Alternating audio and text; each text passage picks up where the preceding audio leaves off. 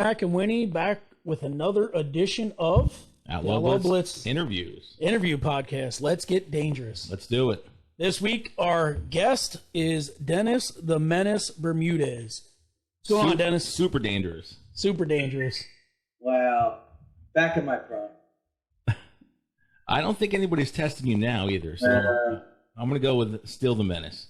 Yeah. All right. I got 5 mean minutes for sure. You might only need 5, though. That is a 4 minutes and 49 seconds more than I got in me, so you're good to go, bud. So some things connect us a little bit. Saugerties, you're a Saugerties guy originally. Yeah. You had our career record win holder there in Saugerties for a long period of time. I think it just got beat like a year ago or so. Yeah. And we both have podcasts. Come on. You got Menace and the Man and the Outlaw Blitz here. Yeah, and we're 3 pretty handsome dudes. Okay, I'll take that. I mean, sort of. I mean, he's got it, but we hope. You would never know this dude was in a fight. Ever. So let's circle back right to Saugerties. You graduate, you're a wrestler, you go to Bloomsburg College, right, for D1 wrestling. Yep. You're an animal there. I've heard some of the stories about. Well, let's start with this one. Tell us a story about the campus police having to come. Yeah. Real thing. So we went up. It was like Halloween night. Me and my buddies went up to the field house to lose some weight. We had a tournament coming up, and we left the field house at like 9. I'm like, dude, there's fucking nobody up here. And I had brought my airsoft gun to school from home, and I'd like go to my boy's room, like, give me your Gatorade. He's like, dude, come on. I'm like, shoot him bang, like, give me your Gatorade now. They're like, fucking stop. Like, so they started getting airsoft guns to defend themselves. And then I had this great idea, like, dude, there's nobody at the field house. We can come up here and have some, like, clearing corners, like some real life 3-on-3 action. So like, all right, so let's do it. So we were biting at the bit, and we got up there like a little earlier than we should. So instead of 9, maybe 8. And we were all dressed because the airsoft guns hurt. So we were wearing like sweats, running around, shooting each other, like fun way to lose weight. We had like glasses on so you didn't get shot in the fucking eyes.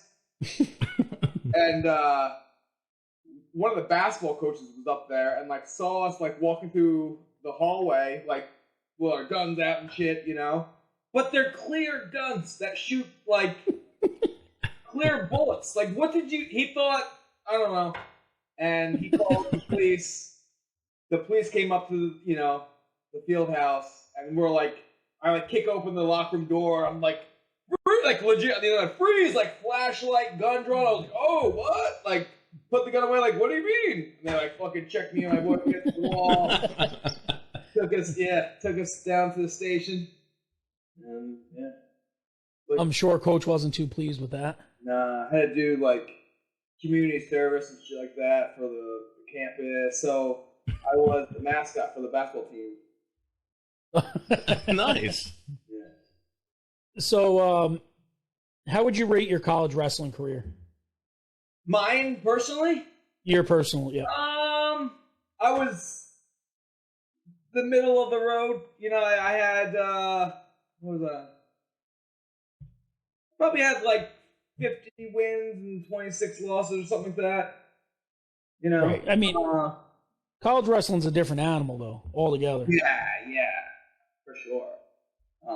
It's the best guy from every high school room is now in the same room, and like egos are being fucking smashed left and right, and people legit getting in fist fights. It's pretty awesome. How far in did you realize, fuck, man, this is definitely a different game than Section 9? Instantly. As soon as I got there, I was getting my ass beat, and I was like, I don't like this. No. But I knew if I just kept training and just stuck with it, I would be the guy, And after a year of solid training, because my very first year, I was Prop 48, I think it is. So I didn't pass the clearinghouse because in high school, the only thing I really mattered to me was sports. So I had like, I don't know, like an 80 average, and then I fucking did really bad on the SATs. But I didn't need my SATs to get into college because I was like a shoe-in through like my grandfather was the president at the college for like 30 years. So like, you don't even need to take this, but I needed it to wrestle. So I took it, and I thought I'd be good. There was like some formula between your GPA and I didn't make it. So then I had to like, so I went to college like the summer before. So I had to pass pretty much like, all right, you can go to school, like, you know. But yeah, so that very first year of school, I wasn't even supposed to be in the wrestling room, but I'd go up there in like jeans and sneakers and watch them practice. Like someone would go like, Bermudez, get in there. And I'd be fucking hand fighting in jeans, you know. Hitting the weight room at that point too. Yeah. I was doing, what do we do? 6 a.m. lifts, and it'd be like a run and a lift. So we'd get up there, run like 3 miles or run 2 miles under a certain amount of time, and then do like stadiums or sprints, and then go lift, or vice versa, you know. But it was awesome. Like I remember the fastest time I ran the 3 miles. I was wasted the night before, and I didn't want coach to like think I was drinking, so I like outperformed, you know, what I normally do because I was like nervous. He'd be like, "It smells like a goddamn brewery in here." We'd be like, "Oh, we weren't drinking last night." See, I just did better than I've ever done before, Coach. Yeah, I was not drinking. Yeah, I mean. So, at what point did the thought enter your head? You know, I may want to make a go of it at MMA.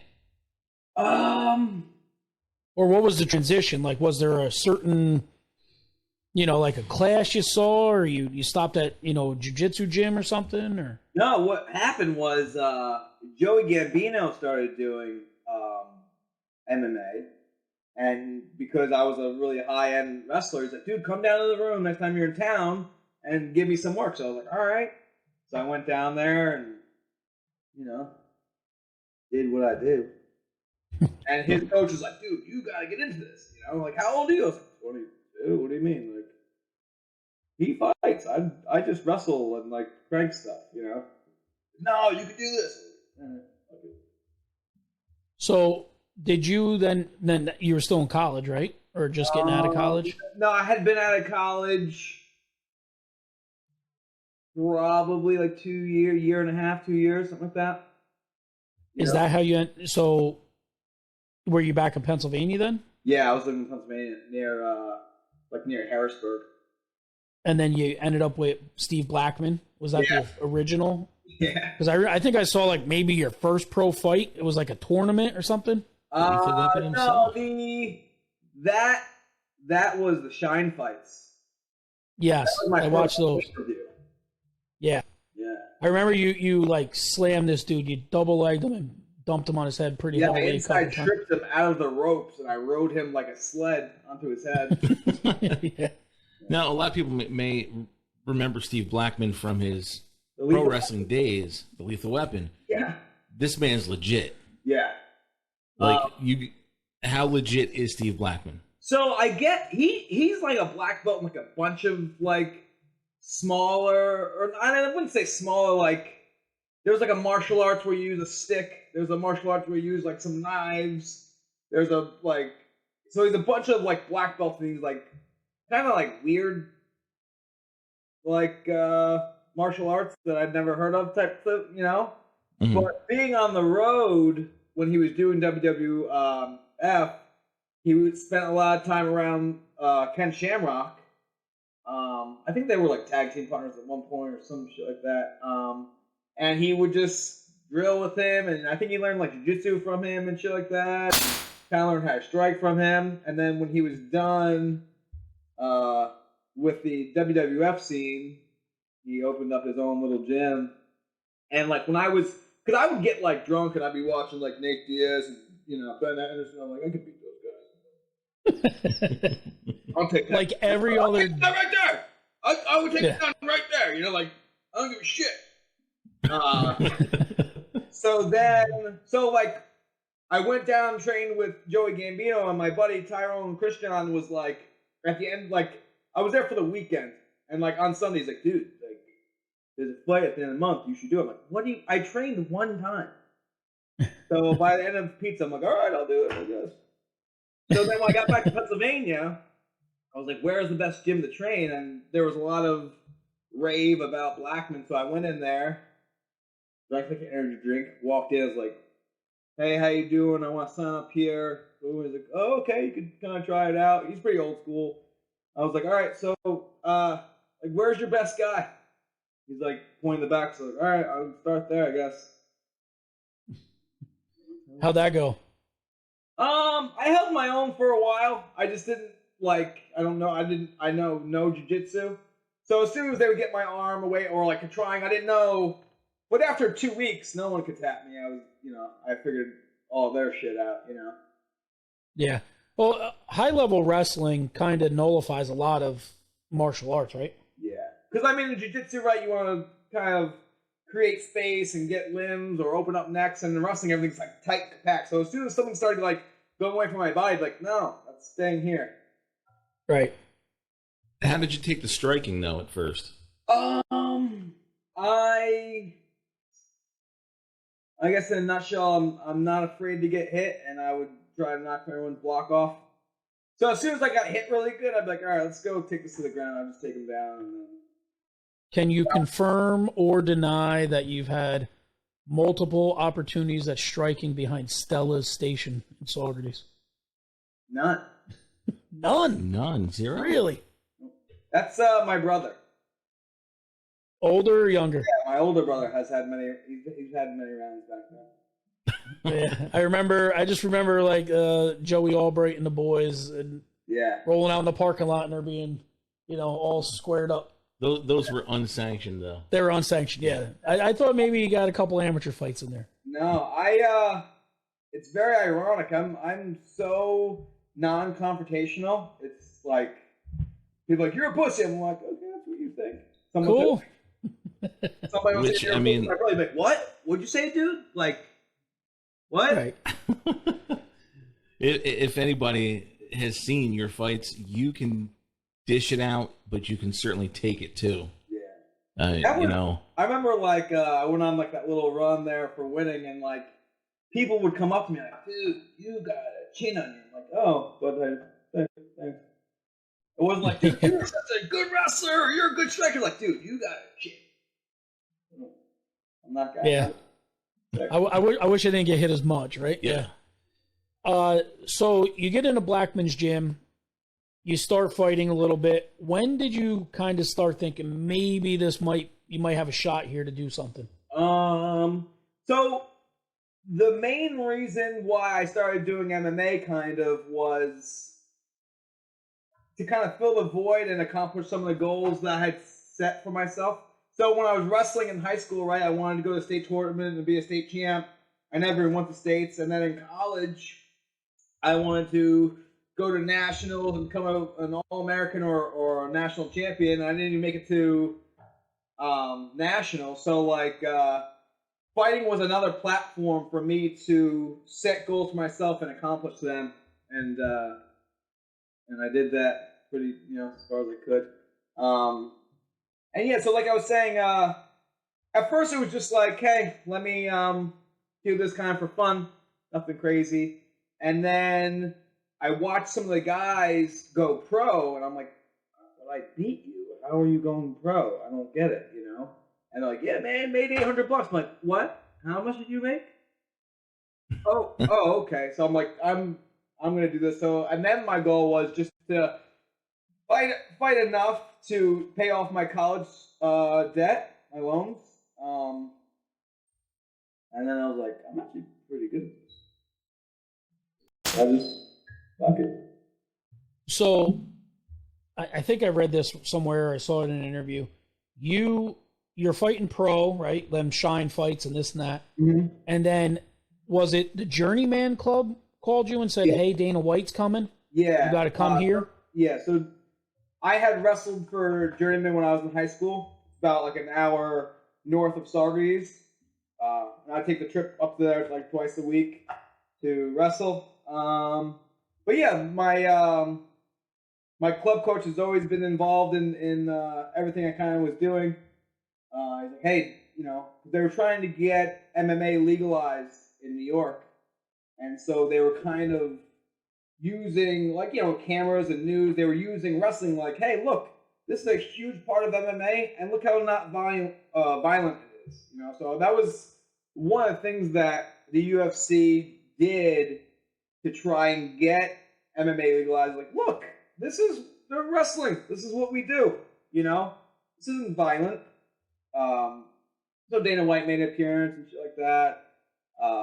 And then I went there and I didn't have anything to give him. He's like, what do you mean you don't have like a resume of what?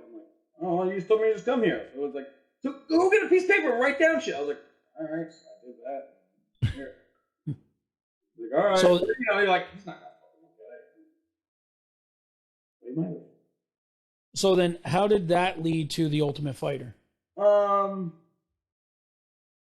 I think I told him I was trying out for it, so he might have probably just one text or tell someone, hey, just make sure this kid's up the top of the list, type deal. Yeah. So I think that probably helped me out a little bit. And then you had to fight a pretty stout guy just to get into the house, right? Yeah, you fought Jimmy Rivera. Yeah. And he beat the shit out of me the first round. Yeah, I remember I watched that whole season, obviously, because the local guy's on there. Mm-hmm. But I remember that first round, and then the second round, you took him down, he could not get you off of him. No, I dropped his ass. Yeah.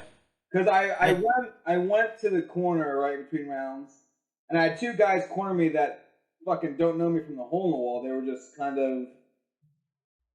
they were coaches of Mayhems. And they're telling me, like, listen, you gotta do this. I'm like, dude, I got this. They're like, what? I'm like, I got this. Like, okay, good. Get your ass kicked again. And I went out there, and like in my head, I'm like, I'm getting hit anyways, so I might as well throw my shit too. Because he was smoking me up. And I remember I would like start to throw something, he'd hit me, I'd be like kind of cover up. So going to the second round, I'm like, I'm just gonna throw my shit. He's like I said, he's hitting me anyways. I might as well try to hit him too. And that's what I did. Caught him with a hook, dropped him, took his back, and just capitalized. Yeah, and then I can't remember who you beat in the first round, but then you had to fight Akira, right? Yeah, I fought Steven Bass in the first round. Oh, that's right. Yep. And then Akira in the semis. That fucker looked like he hit hard. Yeah. Yeah.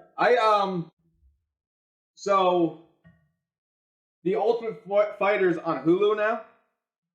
All the seasons. So I actually went into like a little rabbit hole a week ago, and I was like checking out some shit. Wow, that was so awful.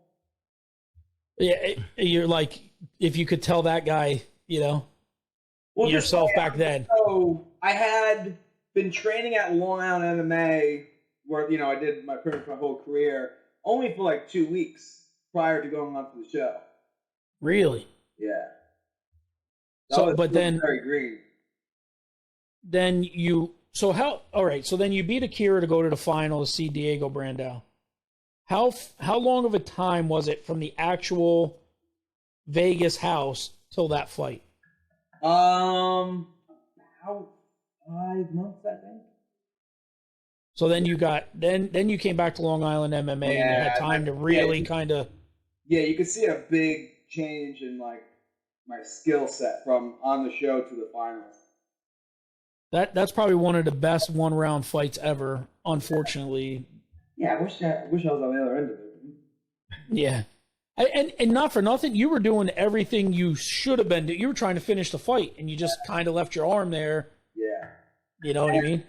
It's wild because I had gotten my arm barred, that same arm barred, like a month prior to the finals. I was training with this guy. His name is Davidius Terra something. I don't know.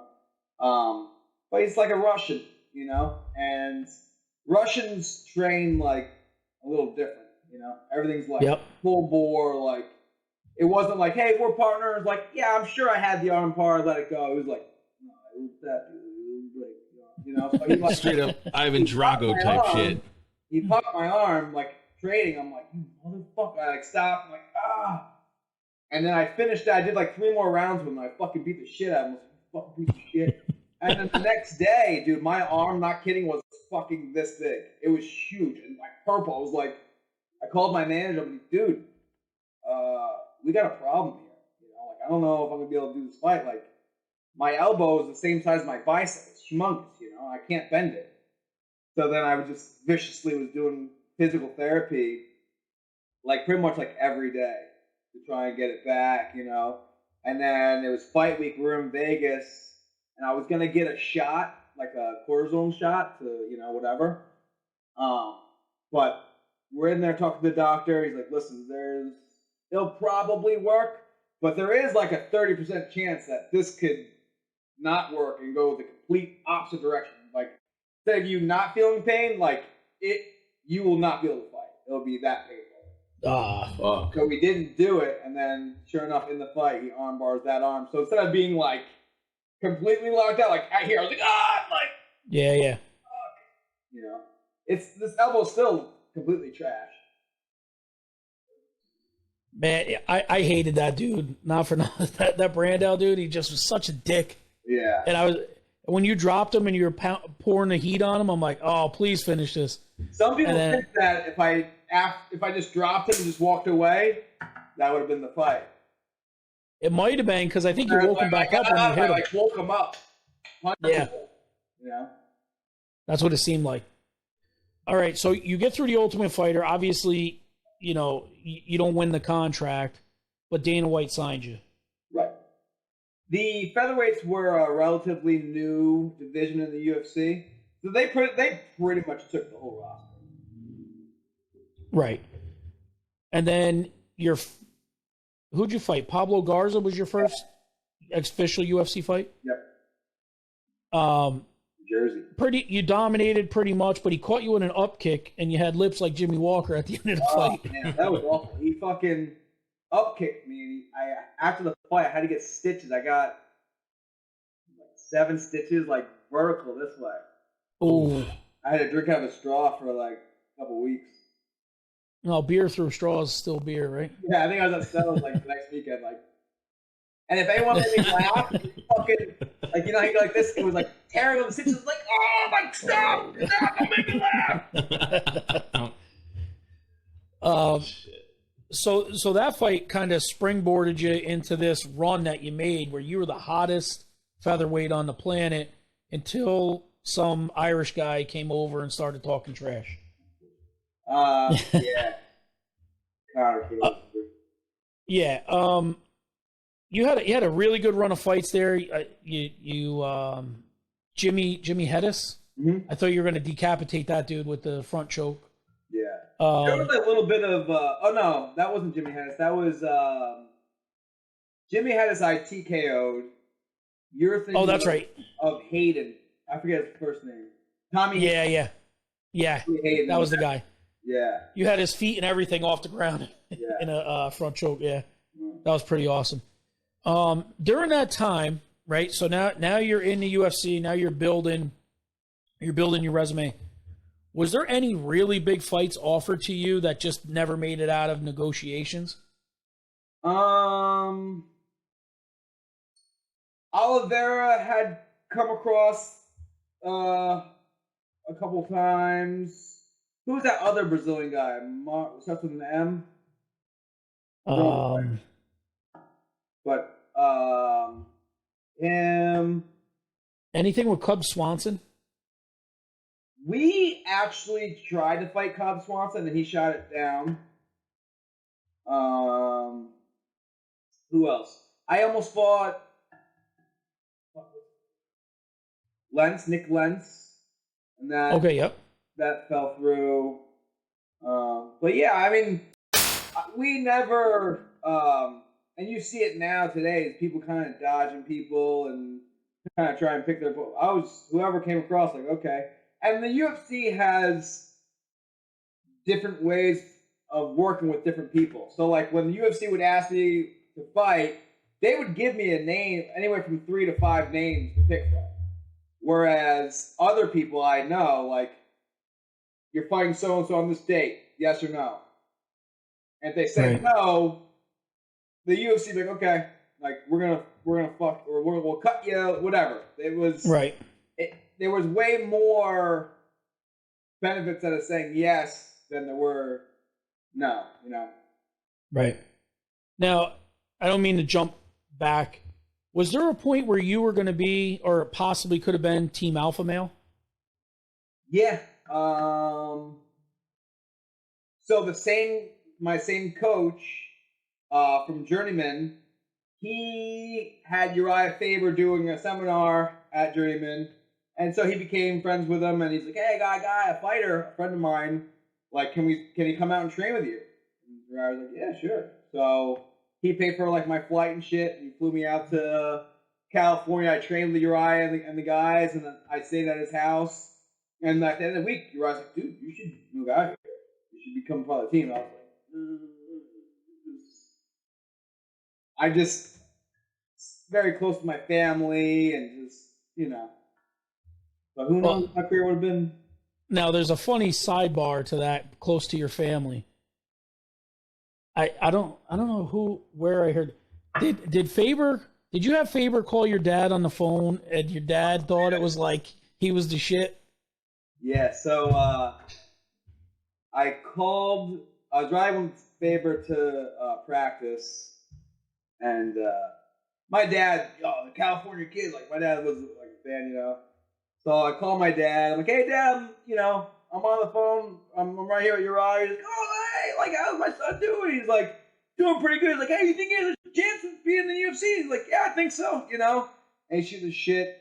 But the way that my dad tells the story is that Uriah called my dad. Like, I wasn't even anywhere around. Like, yeah, I was talking to Uriah. He called me up. I'm talking to Uriah. You know, yes, he was saying good stuff about you. I'm like, yeah, I'm the one that called you, and I was there. Now you're going through your hot streak. What's your mindset? You're feeling good. I mean, are you feeling? I don't know that you ever feel totally unbeatable, but you've got to be feeling good about the way things are going. Yeah. Yeah. I mean, I was feeling like I could beat anybody, and I still believe that to this day. You know, with proper training and stuff like that. Just super stressful, you know. Every day you're trying to chase $1, you know, with private lessons and stuff like that, because you know, when the contract comes, like, yeah, you sign it thinking you're a win, but in that 6 to 8 weeks, man, so much stuff runs through your head. You know, there's a lot of time when, or maybe you had a bad practice, or you're cutting weight, you're heavy. It's just fucking sucks, you know. It definitely, the juice is worth the squeeze, but a lot of people like, "Oh man, must be nice." You have no fucking clue. Right. Now, a lot of athletes, even, you know, amateur up through the pro ranks, have rituals. Yeah. What was it like for you? You know, like, you know, you have a bad practice and you start going in your head like, well, I feel like my opponent can beat, you know, this training guy, or this guy's not even a pro, this guy's an amateur, and, you know, he gave me some difficulty. You know, you start playing these little, you know, tricks on your head. But at the end of the day, when push comes to shove, I would just mind fuck myself before I walk out that I'm okay with dying and shit like that. Like some insane, yeah. Because if you're not afraid of death, what's being punched? Yeah, right. I was literally just going to ask you, you know, I remember one of your early fights, FS1. I thought it was the coolest thing. You came out with an AB auto body shirt on. You know, that was back in the sponsor days, you know, when it wasn't just the fight kits. That was awesome tribute to your dad and the family business and that. Yeah. And then you come out for these fights.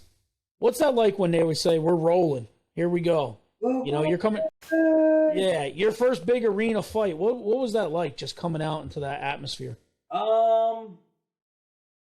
it's kind of like, you ever jump off Fawn's Leap or go to the quarries or anything like that? Sure did. You know, when you get on top and there's like, well, there's the only way to get down is to jump.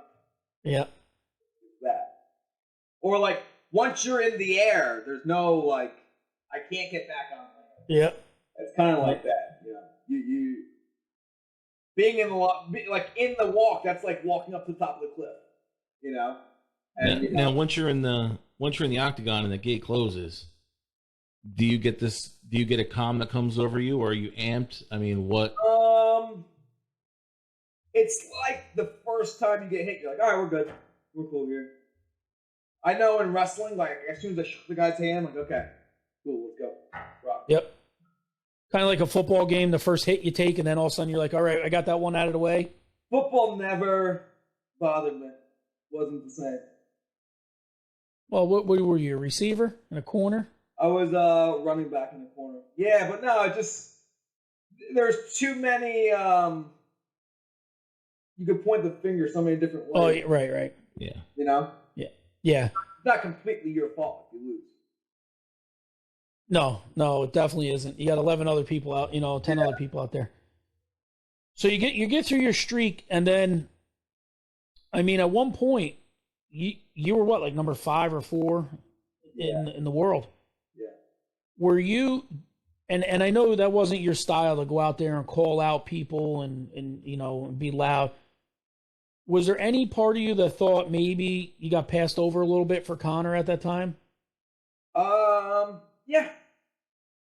I was a little tight, and I lost my streak to Ricardo Lumps. I think he was number 3 at the time. And prior to that fight, I saw Conor McGregor making noise, talking shit. So, like, in my interviews, I'd be way more cockier than usual, Right. For me, I think that just added more pressure to myself. Because that's not who you are. Yeah. Talking shit like, oh, yeah, I'm going to crush it. So I came across it on YouTube. Somebody made it. It made me laugh. It's like, it's an interview of me being like, he's not faster than me. He's not stronger than me. He can't knock me out. He can't submit me as you win. And then there's a clip of me like, doop, choke. I was like, so going back, if you had to do it over again, you're not going to talk more shit. You're probably just going to go revert back to what you were doing beforehand. You know what the move is, actually, if I could redo it, is kind of like what Chael Sonnen did. Like, make a whole, like, spiel that's actually not you at all. Like, right. Go out there, be completely somebody else that you're not. Have little quick lines and sayings, and if, because at the end of the day, like, oh, you talked a lot of shit, you lost. I'm like, dude, that's my gimmick. That's not even me. So almost come up with, like, that pro wrestling-esque persona. Yeah. Is that what Colby Covington kind of does now? Yeah. Was that the fight that you did the Menace marathon that I saw you, like, ridiculously pedaling a bike to Hunter Mountain and swimming across the river? That was in preparation for the Denver fight. Oh, because isn't Mexico City really high too, and that's where you fought Lamas? Way more high. For the Mexico City fight, my manager got me one of those altitude tents. Okay, yep. I slept in that for like 2 months. Kind of each night, kind of like increasing the elevation, like a little bit more. I was doing like sprints with like a mask on and shit, which was awful. And then I went out to like some like Mexico town that was even higher than Mexico City 2 weeks prior to the fight. I was out there with Verdum and Gastelum and shit. Did it really prep you for the fight though? No. Maybe. Just because I remember preparing for that fight and like warming up and just like gassing so hard because I think it's like 2 miles high. Twice as high as Denver, So like even though I did all that preparation, I was still like oh my God, Yeah. And that's why when I fought him, and that's where I made a mistake, I was like, let's go out there, press him hard, get in, get out, so I don't gas later, you know? So I went out there and kind of went, and I just walked into the shit. It was like overly aggressive. Yeah, I mean, you had him going on his back. I think, if I remember correctly, you had him going on his back foot, and he came forward like a straight right or something, and that was it. On the button. Yeah. So coming off of that, how was your headspace coming off of that fight? Awful. Yeah. My kid's mom at the time, like, was in the process of buying a house with my money. I had a little guy and a little guy on the way, you know, so I get home from that fight and the bills start coming in and we're moved in. I'm just like, I don't think I can afford this. What the fuck? She's like, well, don't you worry about it. Like, you know, my parents won't let us go. I'm like, what the fuck did you just say? Like, that's not, what do you mean? I'm a man. I'm not taking shit from your dad. I'm not, you know what I mean? Right. We ended up splitting. So I was in that house for 6 months.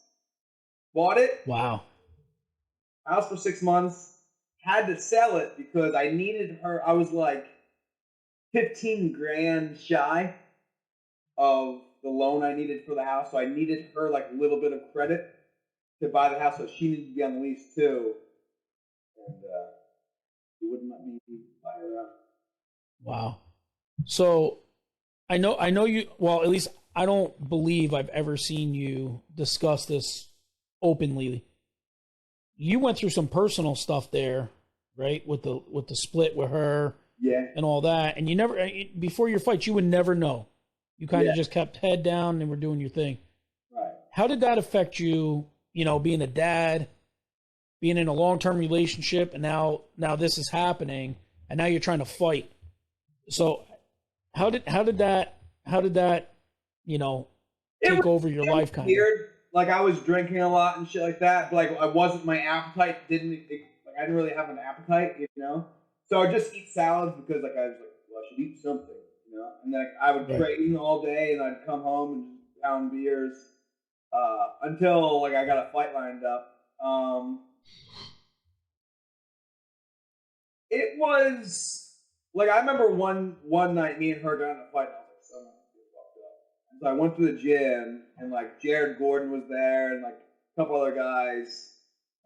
I fucking ass raped Jared Gordon. I like beat up my other friend. I like dropped this amateur kid and just packed up my shit and left. People like, you okay? Like, I mean, it was probably a good outlet. You know? Yeah. I don't know. Just kind of. At least you had the outlet, so you didn't destroy yourself, kind of. Yeah. So, and then I know when anything kind of affects me emotionally, like you can't be sad if you're tired. Right. You know, 'cause I remember like when my uncle passed away last year, I probably ran like 30 miles that week. You know.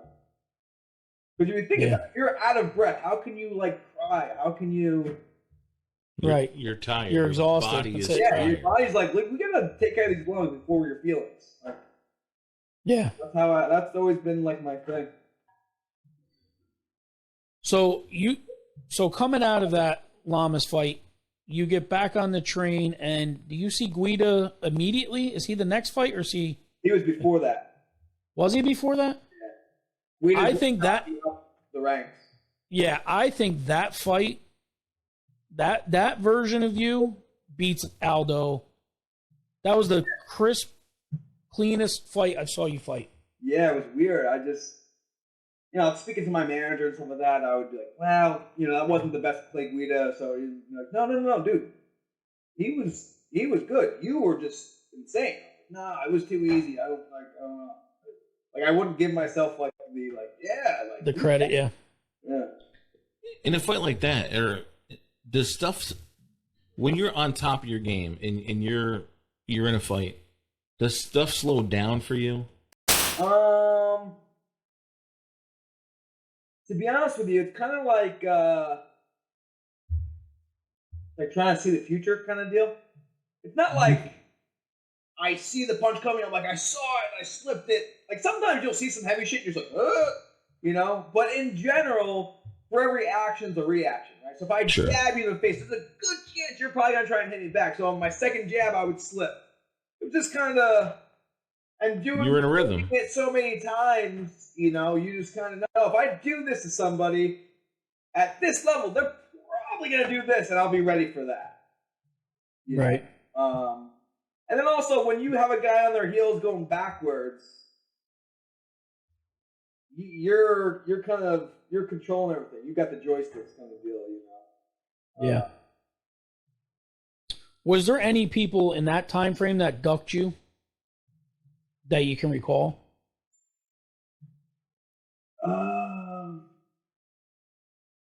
Maybe Cub around that time.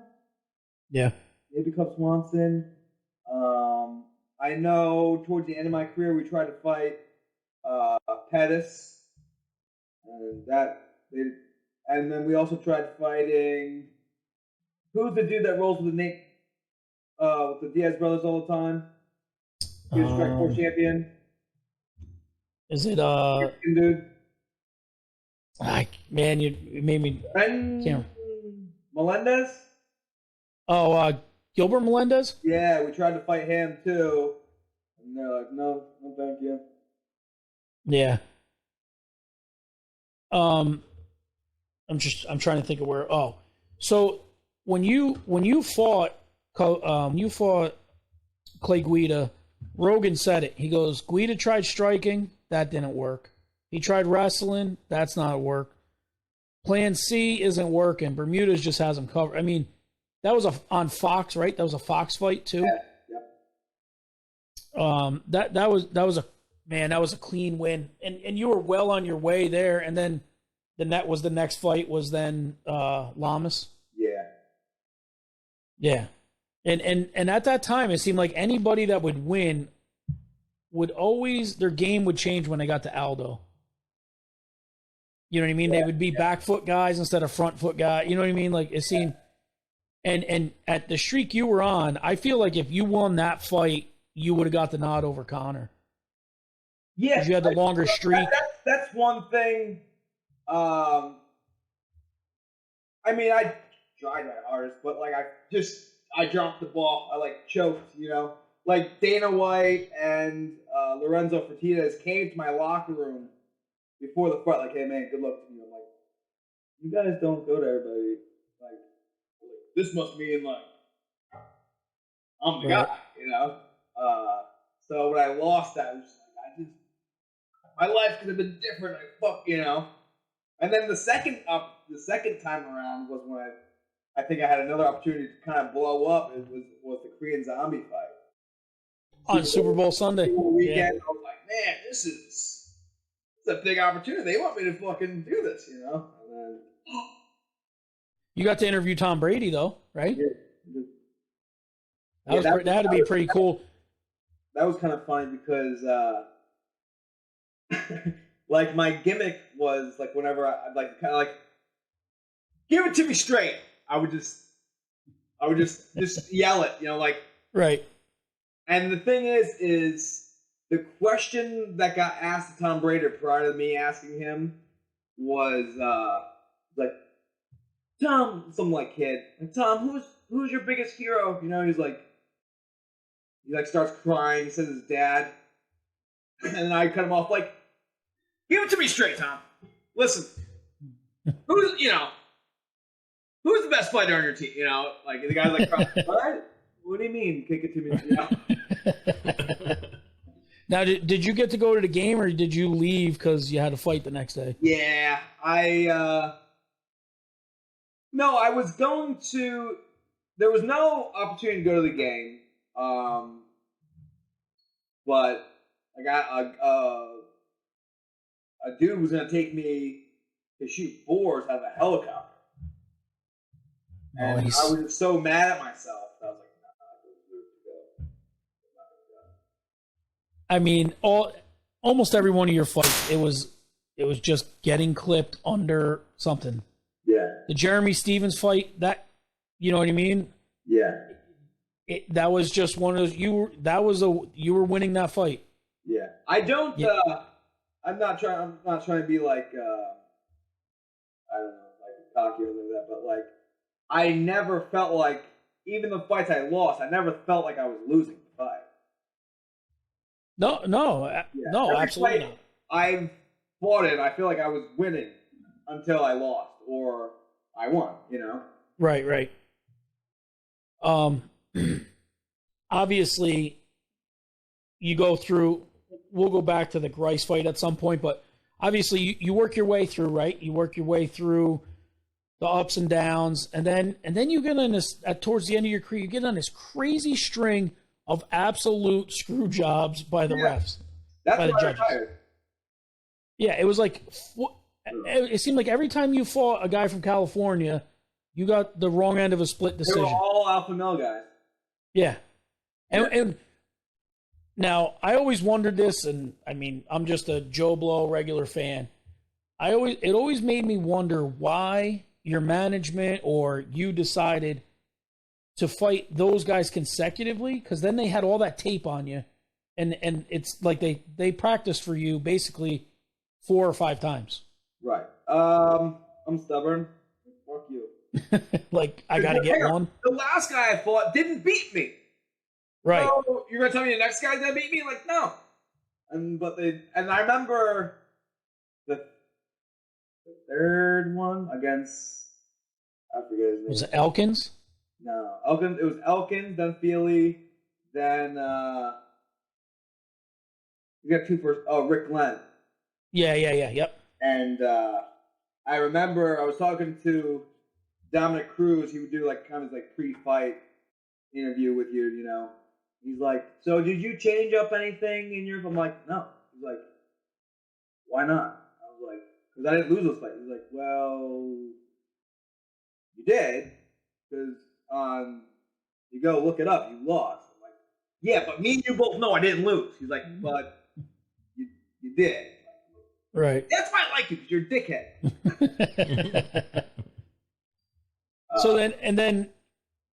So that you go through that run, and then you decide, hey, I'm done, but your uncle's sick, right? And you said, I need one more, and I'm going to do it for my uncle. Yeah. So after the Rick Glenn fight, I remember going in that fight and like, if I lose this fight, I'm fucking done with this shit. This is bullshit. I'm not doing it, And the Andre Feely fight, he took me down like 3 times, and I took him down once, and then I outstruck him by like 60 punches, Yep. So in the Rick Glenn fight, I was like, dude, takedowns are worth a lot. I'm gonna fucking smoke this. I'm gonna take this dude down a lot whenever I want, So I took him down 6 times.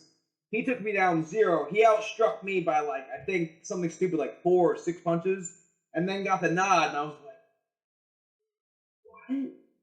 I did the opposite of what lost me in my head the last fight to win this one.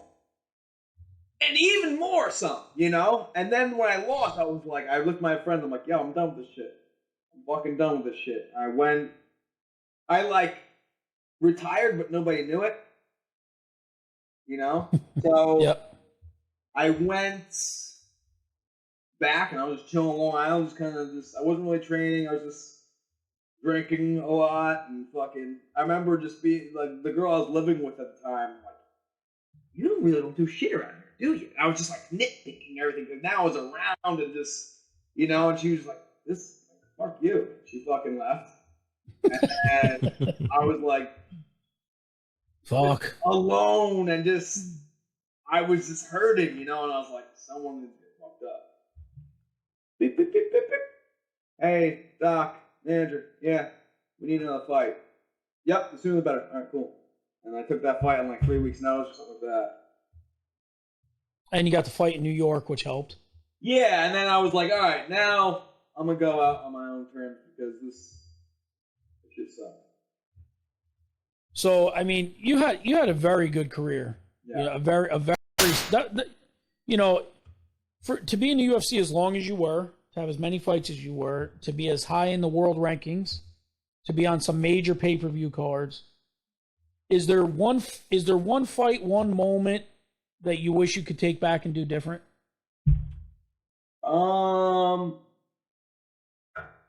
Probably that the Llamas fight. The Llamas fight, wait, because that could have been the one. Sure. The one. That, or you know what? In terms of training, not that my gym and my camp didn't have it all, but I think I was in the UFC for 8 or 9 years, and I was doing the same thing, right? I still wasn't champion, right? So you gotta, if it's broken, right, you gotta fix it. But I never really, I was no, I got it. And also, I didn't want to leave my kids and stuff like that, and it was, I think if I went to another training camp, the freshness and the new bodies and the different styles of doing things and learning new techniques probably could have pushed me a little bit higher. Yeah, if you could have, I know this kind of put you, if you could have picked one, where do you think you would have gone? I mean, I always liked Uriah, and they have so many little guys, and the way that they fight and their style is kind of like a wrestling-based style, and then some other cool shit on top of that. But I mean, I think anywhere. I mean, if I went to Alpha Male, or if I went up and trained with the TriStar guys, or if I was training with Henry Hoops and those guys, the Black Zillions, I think I would, those would all be good outcomes still. Yeah, just to get you some more. Just different bodies, well-rounded ways of doing things. The not knowing, and also the being comfortable with being uncomfortable. And I used to do that towards the end of like my camps. Is I train with the same guys all the time. I'm comfortable with them. Like I need to go train at Sarah's every once in a while and just get rounds with guys that like I don't know what the fuck you're really gonna do. Yeah, I used to see way back when you were first starting out, when nobody knew who Ali Quinta was. You used to spar with him a lot, right? Yep. Yeah. So it's iron sharpens iron. Yeah. Al has some a lot of good shit, And that's another thing too, is like me and Al had some like good goes. What was he ranked? Like he was up 5 or something like that. Oh yeah. Right? He fought for a title. Flyweight too, Yeah. How was your fight with Matt Grice not one of the top 10 greatest fights in UFC history? I don't understand that. In my head, I guess because we didn't have like the clout behind our names at the time. Right. We weren't the main event. I remember it being such a good fight, they showed it on the pay-per-view though that night. Yeah. It was a prelim fight, but they had time. There must have been a bunch of knockouts. Yeah. And then they showed your guys' fight on the main pay-per-view that night. After the main event? I know some don't do that. Sometimes, or it was either after the main event. I know on the main card though, they showed it on the pay-per-view that night. My brother told me that. Yeah. Now, that was one of those like I left completely everything that I had in there. Like I saved nothing. Right. I just remember, like, at the end, the buzzer would all, like, he, like, punched me. I almost fell over. I was like, well, I'm so tired. Like, don't push me. I can't stand right now. Now, you guys are tied together forever. When you go through something like that with somebody, that's a lifetime. Yeah. And that's one thing when I fought Clay Guida, he was in the stands, and he already had gone through the brain surgery and shit like that. And I went up and like gave him a hug before I went in. I remember that being like almost like an energizing, powerful moment for me going into the clay where I'm like, I'm fucking this dude up. I remember that, and I was literally just gonna ask you before you mentioned that. How's Matt doing? Because I know he had that accident and brain surgery and all that. So we had him on my podcast maybe like last year or something like that. He's like still like training. Like, really? He's like he's on the coaching end of it. Yep. And I was like, you smart, dude? He's like, I'm not supposed to, but yeah. What do you mean? You might like die. And you're like, yeah. Yeah. Is there anything that would bring you back for a fight somewhere? Money. All right. I mean, a ton of money. I have a friend that knows a friend in the bare knuckle fighting. And I don't know if he was kidding around or whatever, but he's like, dude, how much for you to fight? And I was like, $250,000. I was kind of like, whatever. And then he was like, dude, they said they might give you $3,000. What? This was last year. And kind of started doing like working out like around the house and like just nothing ever came. Yeah, I mean, never say never, but I'll take it off my house. Like, let's do it. I got right. me. Now, obviously, you sit there and you think back. You're an 8th grader in Saugerties Junior High School, and you're on. You went up to varsity early, right? No, my younger brother did. Oh, your younger brother did. Yeah, I was going to, but even still, you're a freshman in the varsity wrestling room, and here you come. And now you think back. If you could tell that kid something, would you tell him it's worth the ride, or would you tell him to go somewhere a different path? Yeah, do it. I traveled the world. I met a lot of cool people. Got some free stuff. It was cool. Then you're still here. You got all your faculties. Yeah. How many hot women in them down turns when you were single? How many absolute hot women were you pulling? You know what? You would think it would be wild, like a crazy number, but the thing is MMA is so new.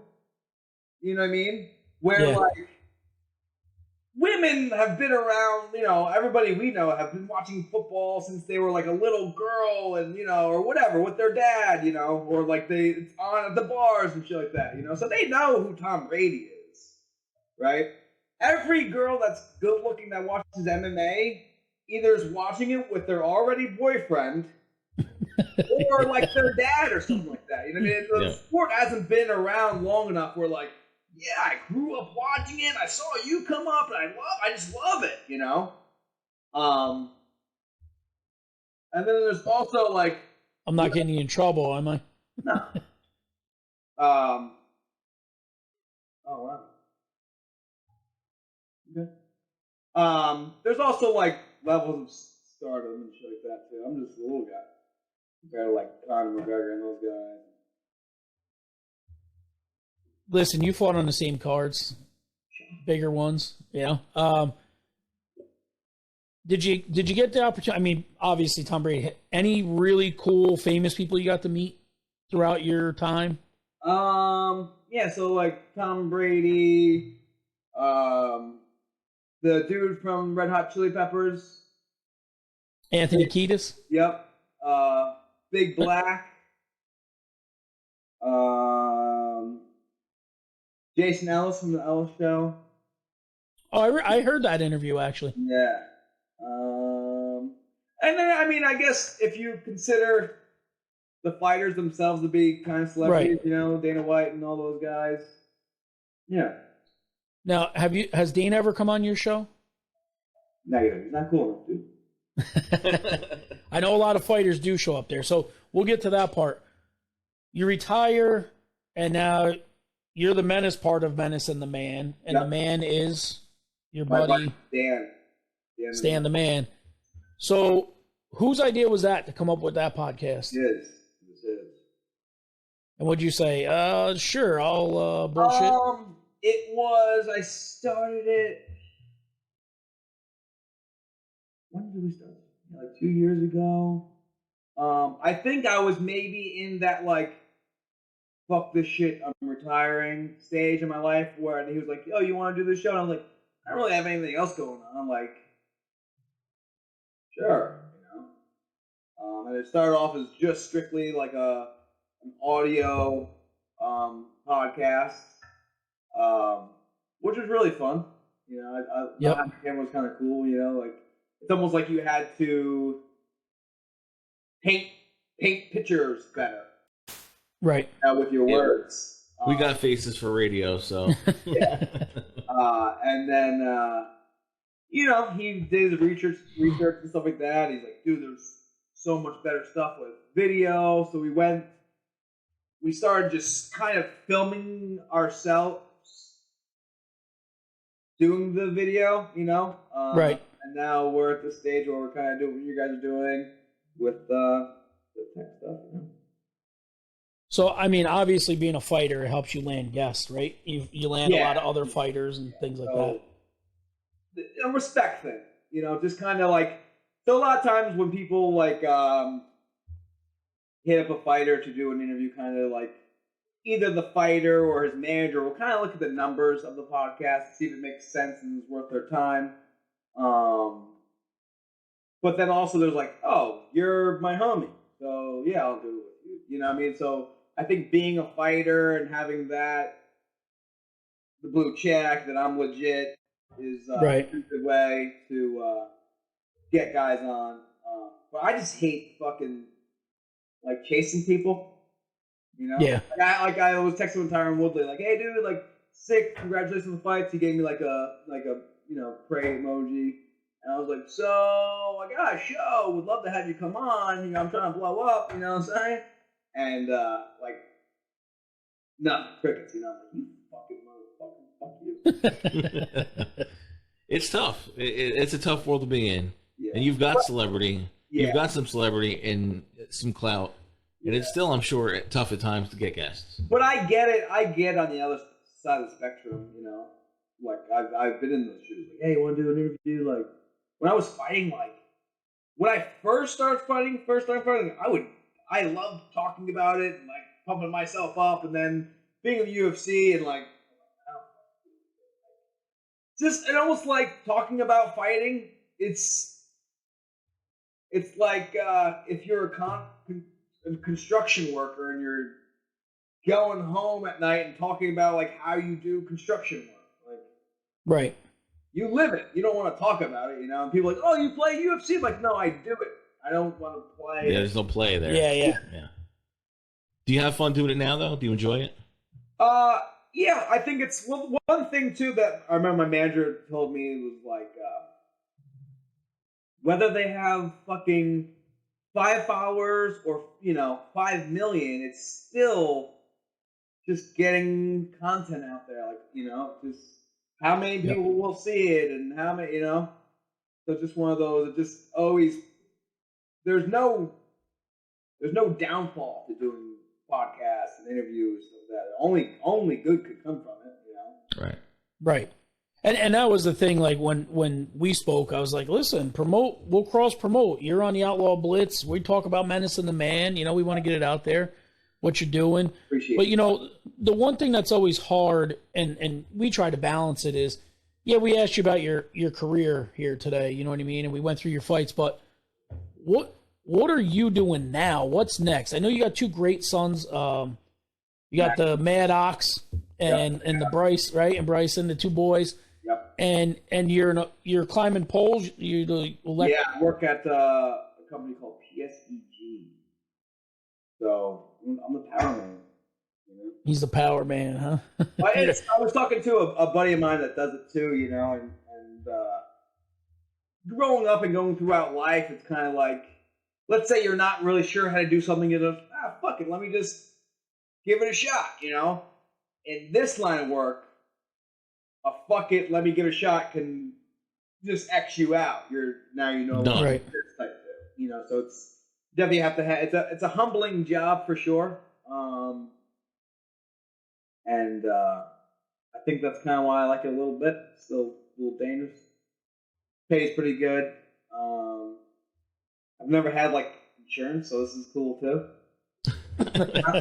What do I do? I think anybody that loves competition, $10. There you go. Anybody that loves competition, you're always going to find something that challenges you in some way. Yeah. So if it's a job that's like you're saying it's dangerous and keeping you on your toes, you're making a good dollar from it. It's keeping you sharp, so that's good. Yeah. So it's definitely a lot. I tell people it's kind of like doing this kind of work is kind of like memorizing how to do like build IKEA furniture. There's like a lot of stupid shit in IKEA furniture where you're like, I don't know, whatever. And you're just like 20 steps later, you're like, oh fuck, why didn't I do that? Because now it's fucking me now, you know? And it's, Yeah. So there's some things like that. And my whole life, I just did athletics. I didn't turn wrenches. I didn't work on cars. I just worked out and like went to school and that's it. You know, and tried to like fucking crush people. Now like sometimes you have to be like strong but gentle. Sometimes like the game of operator, we gotta like try get the piece out without to the sides, you know? Yeah. If one wire touches another wire, like you know, like ooh. Yeah, it's rough. So your boys, are they going to be wrestlers? We'll see. I got them into jiu-jitsu a little bit ago, but so I'll pick them up from their house. Like, you guys, we got jiu-jitsu. Like, I don't want to go to jiu-jitsu. I'm like, we're going to jiu-jitsu. Shut up, you know. And then when they get there, they have a great time. Yeah. You know, I just think in their head they would rather play outside. So I'm gonna take them out of jiu-jitsu for the summer. I think let them be kids and that shit. And I saw them playing flag football, right? Yeah. They play lacrosse. They do jiu-jitsu, hockey, football. We started throwing the baseball around recently, and we play soccer here at the house. So I'm pretty much gonna throw everything at them and just see what sticks. Maybe racing soon. Who knows? Yeah, I saw you were at the races last week. Yeah, they got dirt bikes, so they're gonna be well rounded. That's for sure. Yeah. I can't let you go without asking you this. What's up with Connor the Duck? So every spring, this duck comes, and before I open up my pool, I don't fucking drain the water that comes on the cover. So he has his own little like pond, and every year he brings like some freaking slutty duck with him. And they shit all over my deck.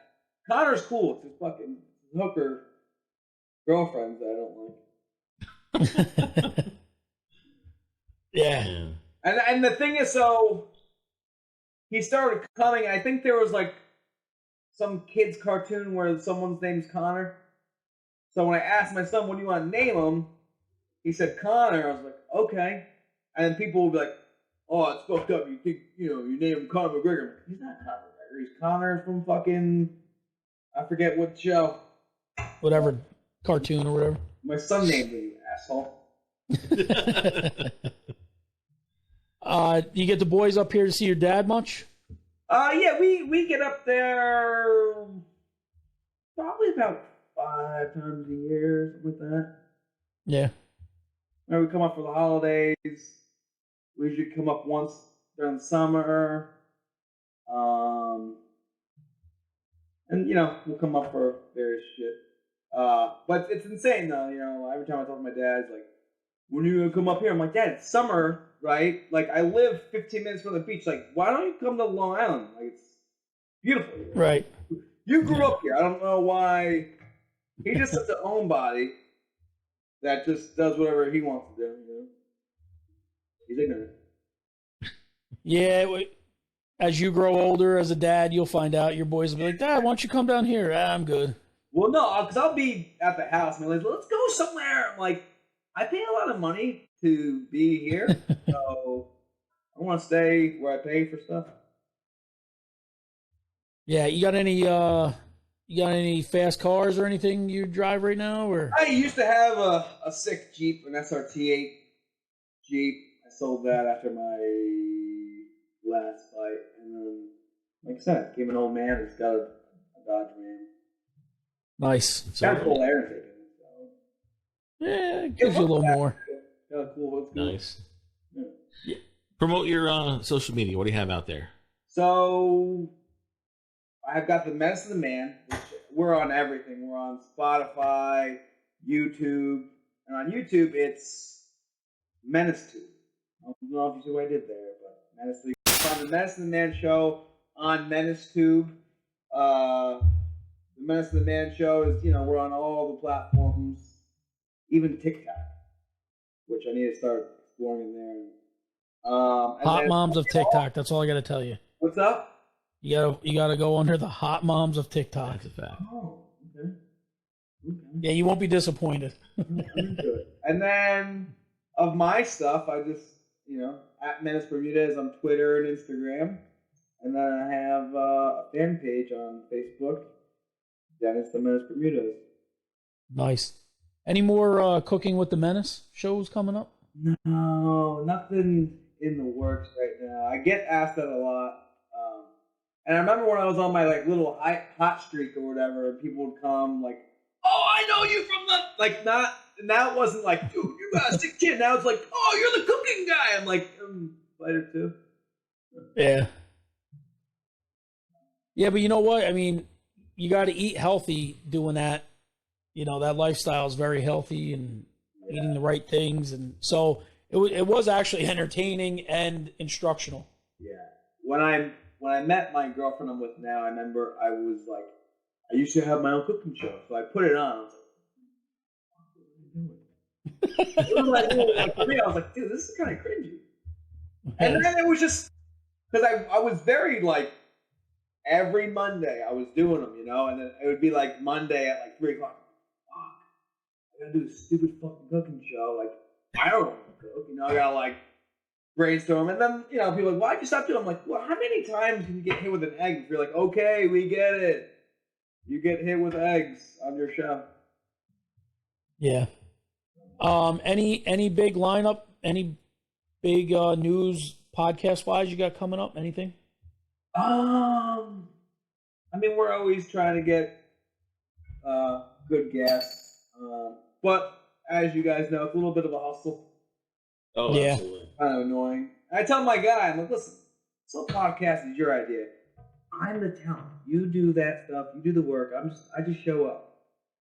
He's like, well, there'll be a better chance that we'll get him if it comes from the Menace. I'm like, I know, but I don't fucking give a shit. You fucking. Because I have too much pride. When Tyron Woodley sees my shit and then doesn't respond, it's like, come on, man, what's going on? Yeah, I got a lot of offers in my attempts to get people, but once in a while you land one. So it's kind of like picking up a chick. You just gotta shoot the shots. You gotta that's it. Shoot your shot. Yeah. Well, we picked up a handsome chick today.